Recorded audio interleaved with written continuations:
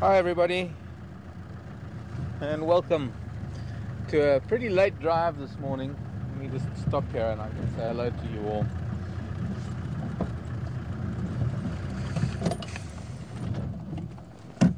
Well, welcome to our morning drive, as late as it is this morning, and there's a reason why we're coming to you late.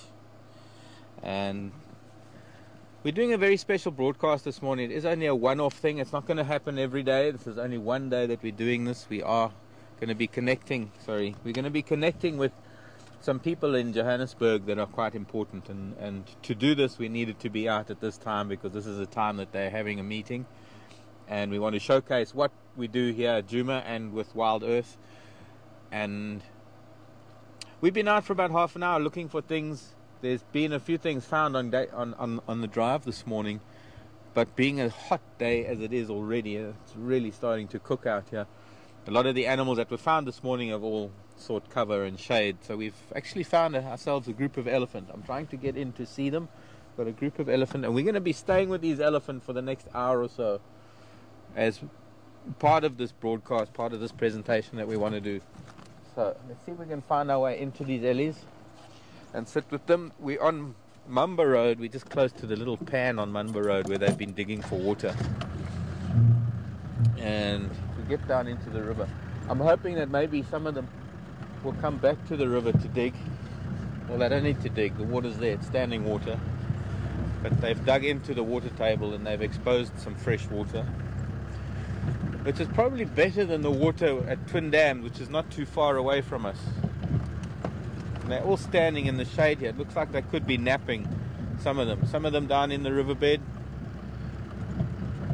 In fact, if we just sit here for now, I think this female might come along with her children. They might come to this water and splash around. Certainly a bunch of ellies around us at the moment.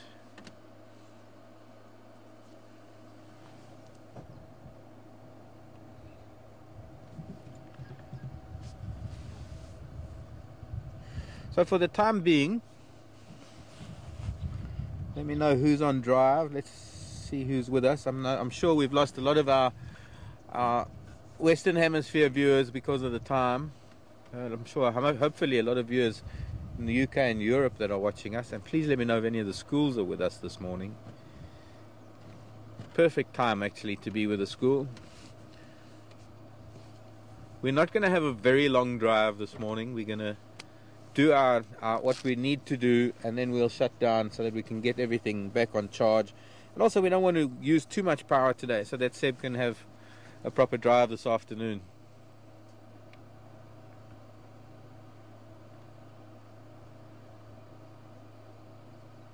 Ideally, we should have some shade to sit. Should we just move back into that shade there? That'd be great. Would be great, Sept says. I love the sun. I shouldn't be in the sun. I'm not really supposed to be in the sun. I can't.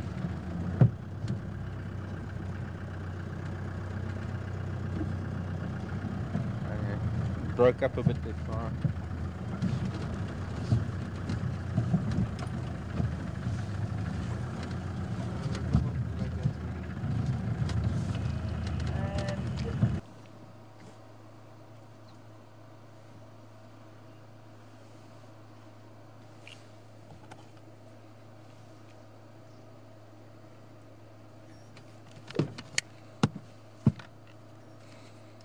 I do.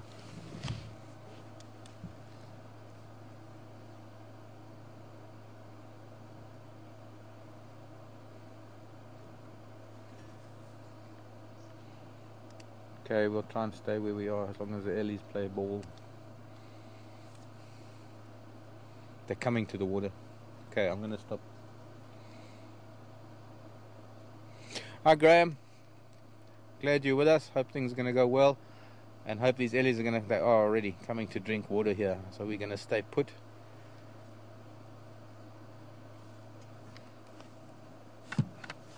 I wish I could delay these elephants half an hour. Are you recording?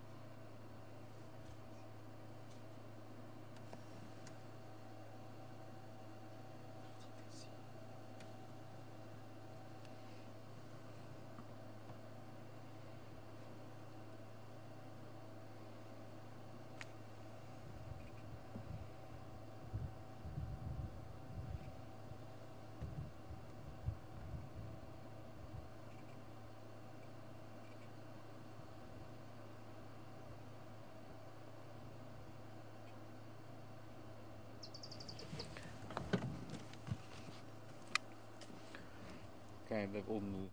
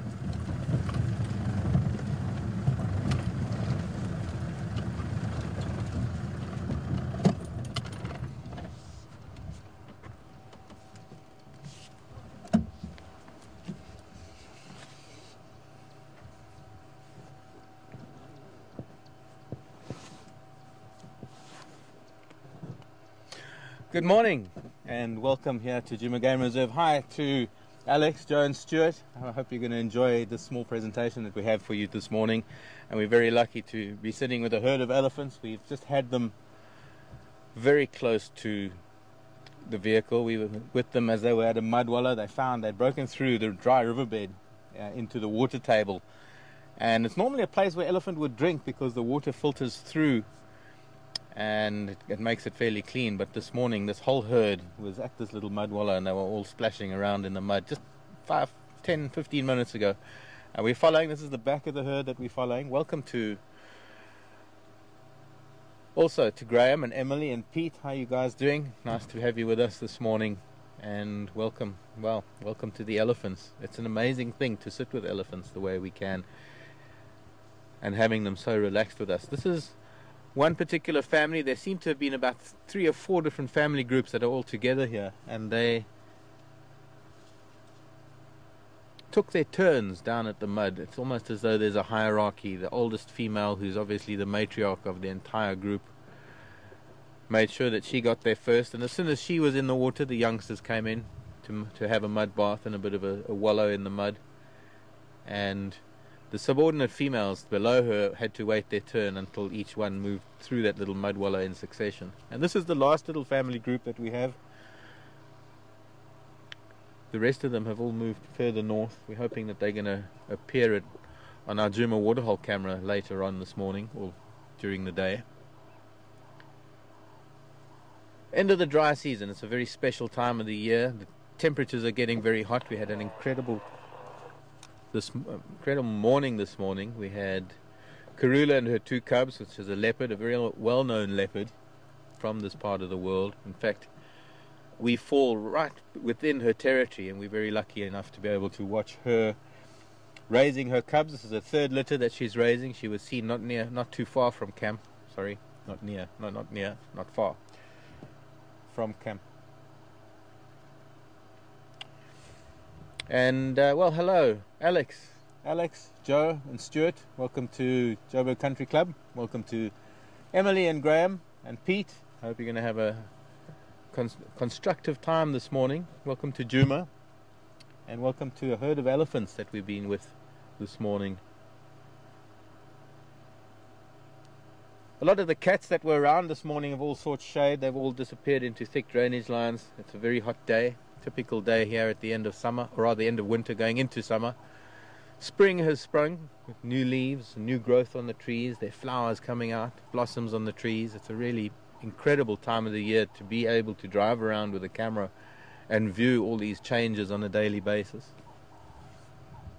Well, hoping to hear from you. Also welcome up from the Cape. Not too often that we get people in the bush from Cape Town. Seems like it's a different planet almost for most Cape Townians.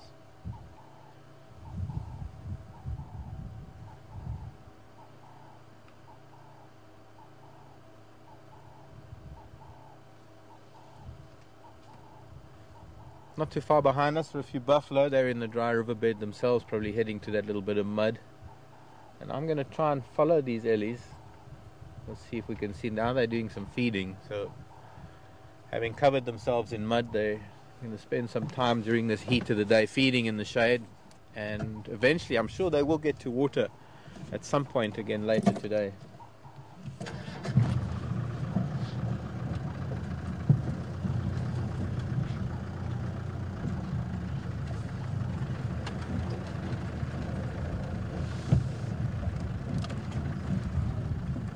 There's still some youngsters left behind, yeah, and another female. Well, we won't need to go too far. Wait until she comes out of the bush. Often at the end of a herd, you get the young males that are starting to experiment with independence, with being on their own a little bit, tagging along behind the herd, not necessarily sticking to their mother's tail as much as the very young ones are.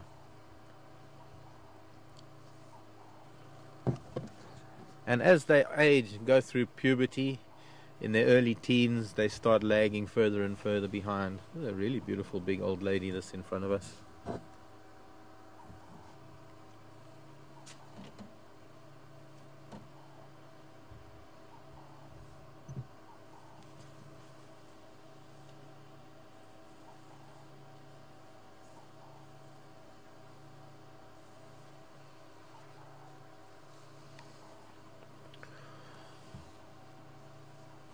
A question from one of our viewers that's watching at the moment. Mary wanted to know how far they would travel in a day. I wonder where Mary's from.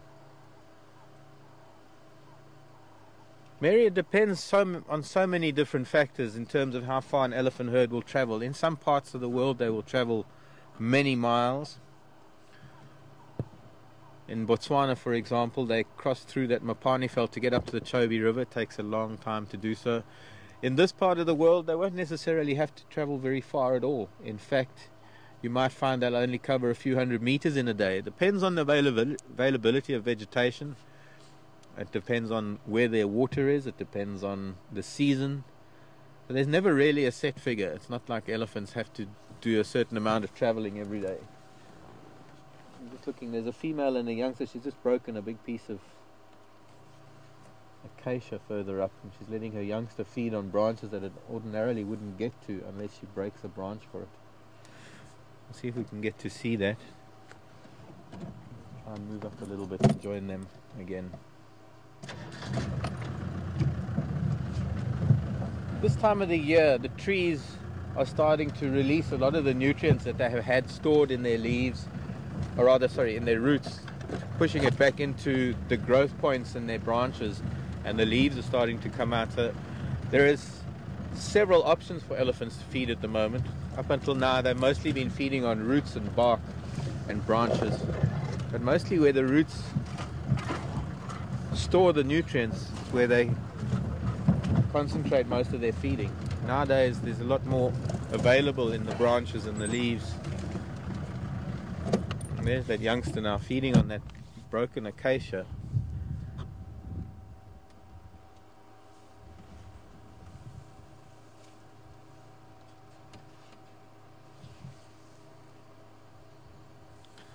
Jilly.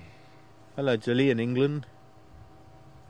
I need to know how many elephants herds there are close by at any one time. An impossible answer to that, Jilly. Wait, she's pushing a big acacia now. Wow, should we go forward and see that? She's a bit elastic. We've got another big female just next to her. She won't mind. That's not, it's a young bull. Jilly, it's impossible to tell without taking an aerial view of things. One has to consider that there are approximately 15,000 elephant in Kruger. I don't know how many herds that would constitute, or family groups. No, she's pushed it. It's probably, she hasn't broken it, she's just pushed it over, so it probably will still grow. Sorry, Seb, we got a little forward.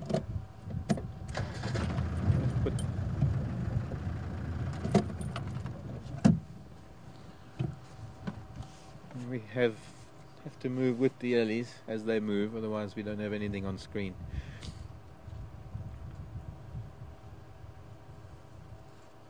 And some impala rams. In fact, there's that one ram we know with a broken horn.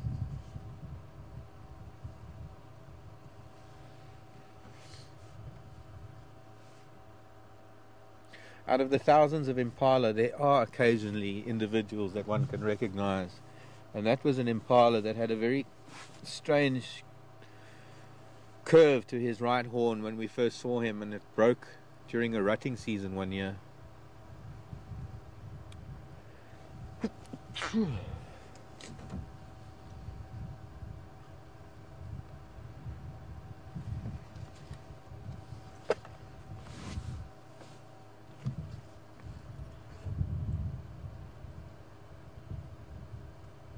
I'd say at the moment, judging from what I've seen driving around this morning, I'd say we've had at least 5 or 6 different groups of elephant around Western Gari or Djuma.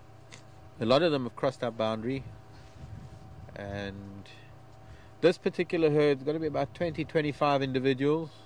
We've had herds of up to 50 odd, but they don't necessarily all stay together in these large numbers. These large numbers are family groups coming together for some socializing, and that could take place over a few minutes, could take place over a couple of days, and then the females go off with their individual offspring, and sometimes you might only see one female with her immediate family rather than linking up with her extended family. There are a couple of sub-adult bulls wandering around with this group. They might be sons of some of the older females that are joining up again and just tagging along and socializing. There are no strict rules in elephant society, other than the female groups are mainly females with their youngsters, and sub-adult males or juveniles, males that are puberty age and less. Now, in terms of puberty, they go through puberty at very much the same age as us humans. There's so many things on a par with us humans that, to me, these are just people in elephant bodies. Well, there's a giraffe behind that ellie. I don't know if you can see that. It's probably now obliterated by the bulk of the elephant's body. We're a couple of giraffe around, so we're sitting with elephant, there's giraffe behind them. Behind us are buffalo and some impala. Saw some nyala too, and a bushbuck ram. Even though it's quite hot and a strong berg wind blowing,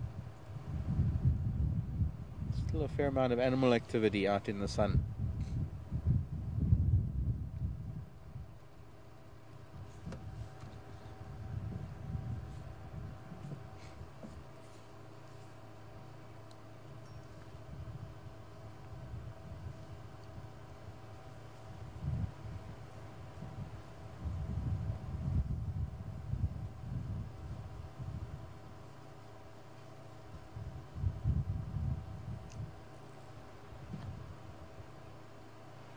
Jody, hello Jody, in New Mexico.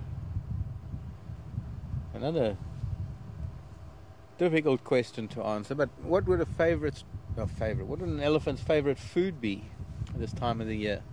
Well, I think we're seeing her feeding on perhaps one of them. This is one of the acacias with all its new growth. I would say that possibly, things like the new growth, I wouldn't say one species in particular, but I would say a lot of the new growth would be what elephant are aiming for at the moment. Whether it's the new leaves on this acacia, or the flowers on some of the bush willows, or the knobthorn flowers. Fewer roots and less bark with the amount of greenery coming out. But they have such a varied diet, and they have to vary their diet. Roughage is a very important part of their diet. So, in terms of what their favorite is, I suppose maybe some of the acacias, because they're a bit sweeter. The green grasses aren't out yet. The rains will come, and when the green grasses start growing again, there'll be certain types of grasses that they will go for. But at the moment, it looks like, judging by the amount of acacias just in this immediate vicinity that I'm seeing that have been broken, of the same type of acacia, they seem to be enjoying the new leaf growth on it.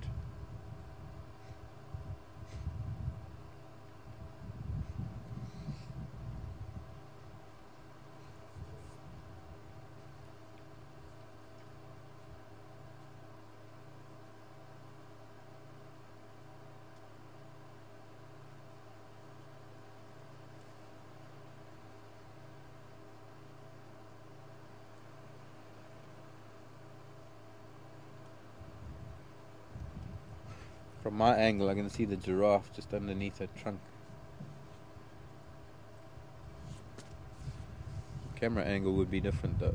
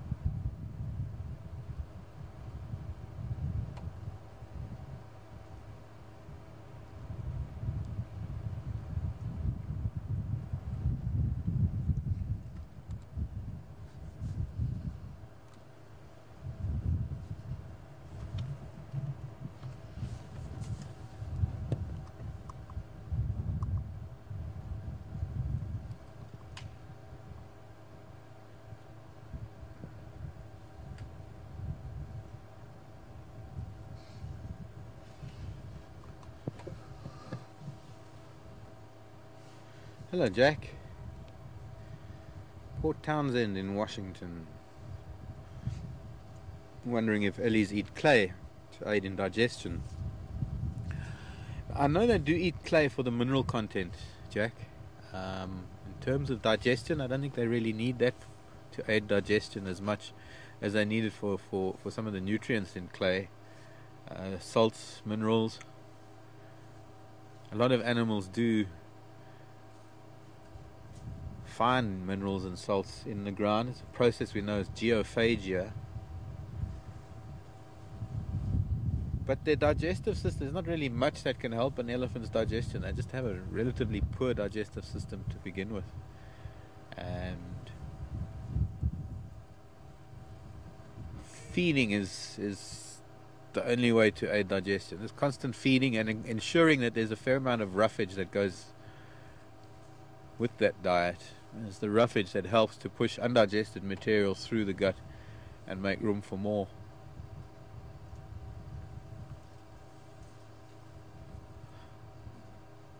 I think it takes something like 20 something hours, if I'm not mistaken, for the food to pass through from moment of chewing to moment of ejection. Some zebras as well. Zebras as well. Like, Oh, there, right behind us, Ellie. Oh, we've got a bunch of animals. We're not even near a waterhole. We're fairly near Chelapan, which is a little mud wallow as well, drying up very fast in this heat. But a lot of animals enjoying each other's company. I wouldn't say enjoying each other's company from an enjoyment point of view, but enjoying the fact that there are many more ears and eyes and noses around. Giraffe are known for their good eyesight. Elephant not. Elephant have good hearing. Zebra, pretty good hearing, pretty good sense of smell. Not such bad eyesight. But somehow they all complement each other, and they find comfort in the fact that there are so many different species around. And of course, this time of day, less likelihood of predators. It allows them to relax a lot more and feed better.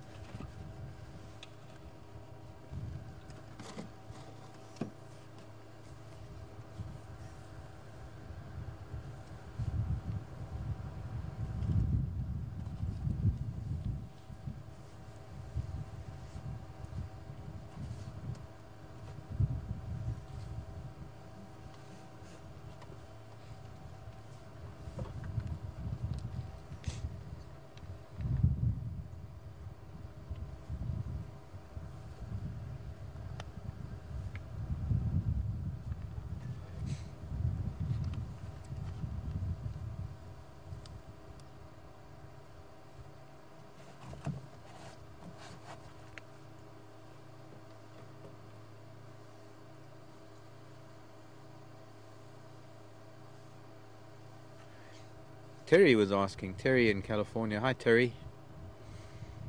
How many sets of teeth in a lifetime, and can tusks grow back if broken? Well, they have two sets of tusks. They're baby tusks that come out until about the age of 2, and then their main tusks. So their tusks are permanent once they start growing from about the age of 2 onwards. But their molar sets, they have 6 molar sets. Elephants have such a rough diet that if they were to only have 2 sets like all other mammals, they would die at a very young age. So nature has made this wonderful really changed things for the elephants. And 6 sets of teeth, 6 sets of chewing molars that actually are replaced in a completely different fashion too. So it's not like there's a set of molar and they get worn and they fall out and then a new set comes in. Because an elephant has to continually feed, there's no time for it to lose teeth and wait for new teeth to grow. So instead of vertical tooth replacement, the way we do and all other mammals, the teeth start building up at the back of the jaw. A new set of molars starts erupting while there is a set in place, and that set that is being used gradually moves forward in the jaw and starts fragmenting as it starts wearing down, and the new set starts coming into use. And when that new set comes into use, there's already the next set in place, or rather forming at the back of the jaw, pushing forward. And it's only after the 6th set of teeth have worn down in their 50s that elephants find it hard to take in the amount of roughage that they need to be able to maintain a healthy digestive system. And if they can't take in that roughage, if they can't chew heavy material, they will pretty much die of starvation. Not so much dying of old age as much as it is just dying from a digestive system that doesn't work anymore. Tusk-wise, the tusks continue to grow. They won't regrow. They can't regrow. It's almost this. It's very different to our incisors. The tusks of an elephant are the incisors. Am I hearing alarm calls? Yes, kudu alarm calls. Up the drainage line. Could be a leopard moving around. And only cats that'll move around in this type of weather. But the tusk, for elephants that break their tusks, if the tusk is broken, it will continue to grow out as it normally would. We're talking about a tusk that breaks maybe near the tip or the first few inches. A tusk that breaks down low into the jaw is not going to continue to grow much. But the tusks are completely different in that they grow throughout an elephant's lifetime. And if a tusk is broken, it will continue to grow. And it will always have that broken stump. And it will never be as long as it would have been. But it can't regrow. It's not something that can regrow. Got a very interesting spider on the dashboard.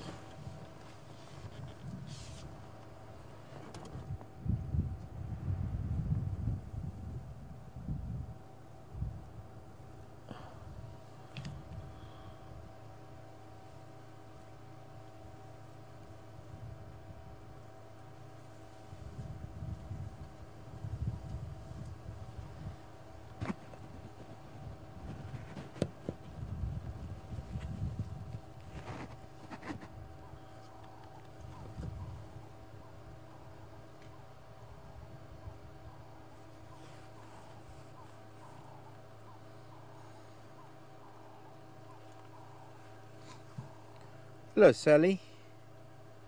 Over in Oregon. Oh, those kudu are making a noise.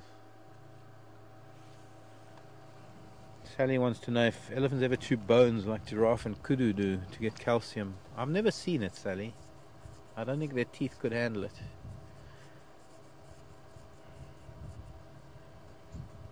I'm just going to try and move a little bit. What are we on? We don't have much of a view at the moment.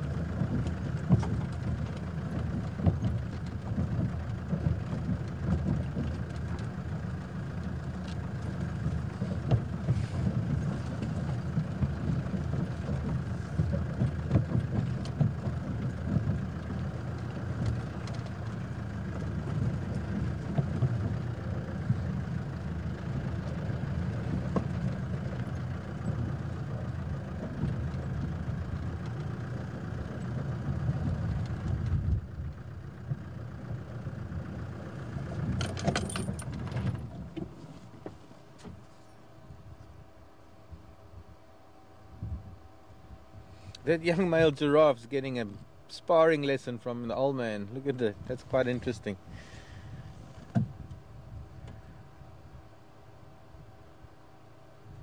We see that with impala sometimes. We don't get to see this very often.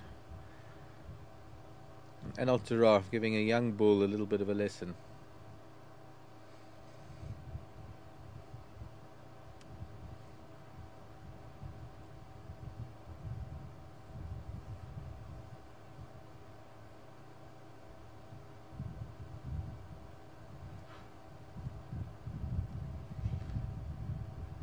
I think that big bull's being very gentle with the little boy.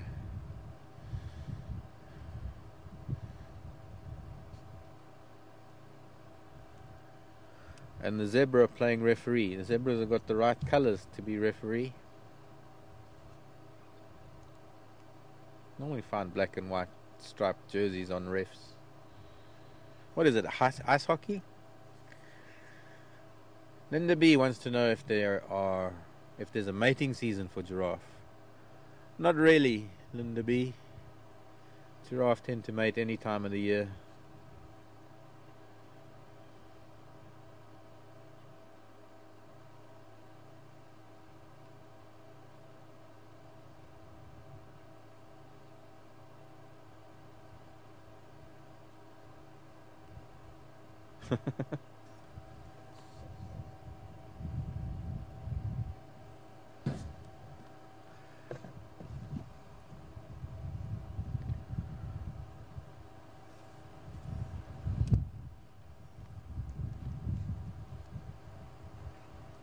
Now these were two adult bulls vying for the attentions of a female, and that'll happen when a female is in estrus, and the estrus scent of a female will trigger the competitiveness in these bulls. And we're sitting here with four bulls, not mistaken, small bachelor group. But if there were two adult bulls that were easily, well matched, one is not likely to find one of them giving up. And this kind of head bashing can get very intensive and quite dangerous. And here's a bigger, older bull coming along. I wonder if he's going to stay. Let me show you how it's done.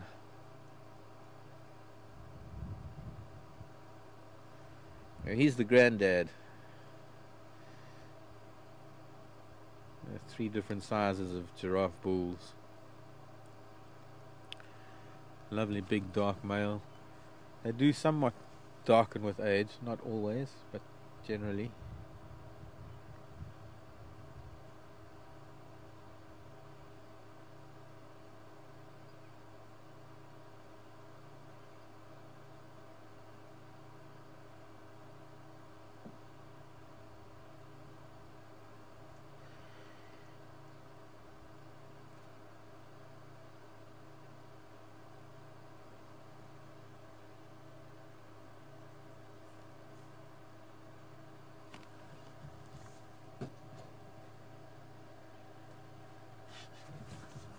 Maybe just move forward a few inches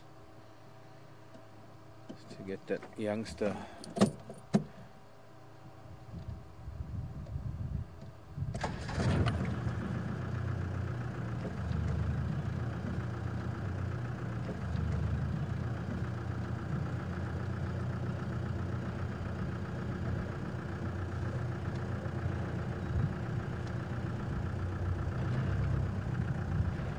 Hello everybody.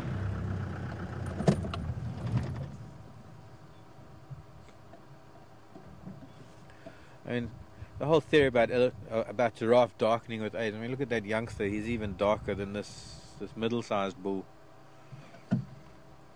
A lot of it has got to do with genetics and pigment.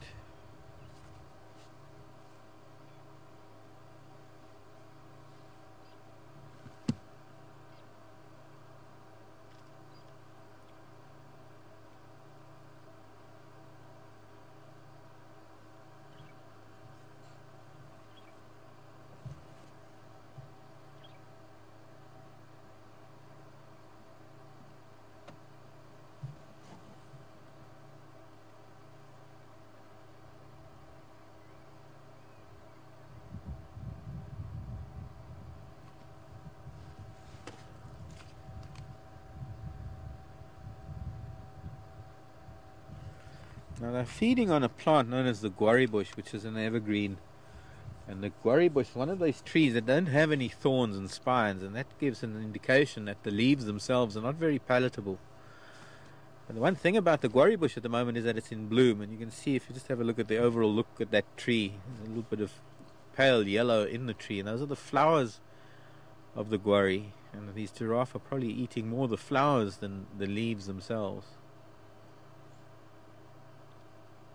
Although there are times of the year where they will take in a few guarri leaves just to supplement their diet.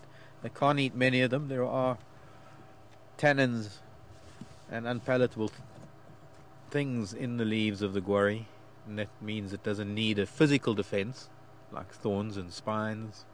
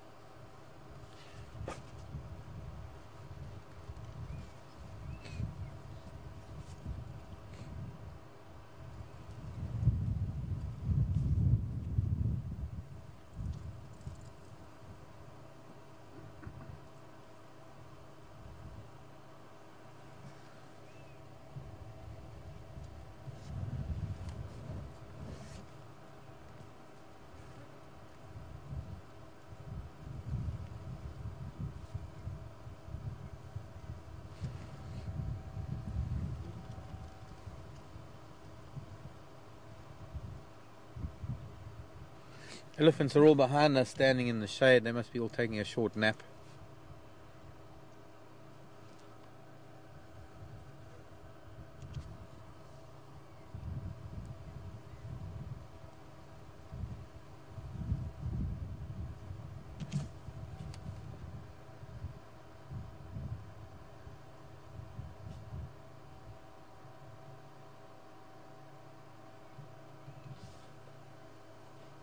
Well, question in Amsterdam now. Hello, Anouk.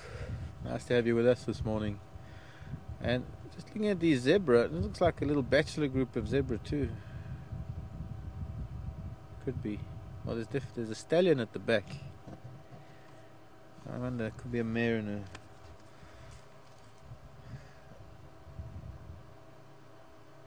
a... that is a mare in front.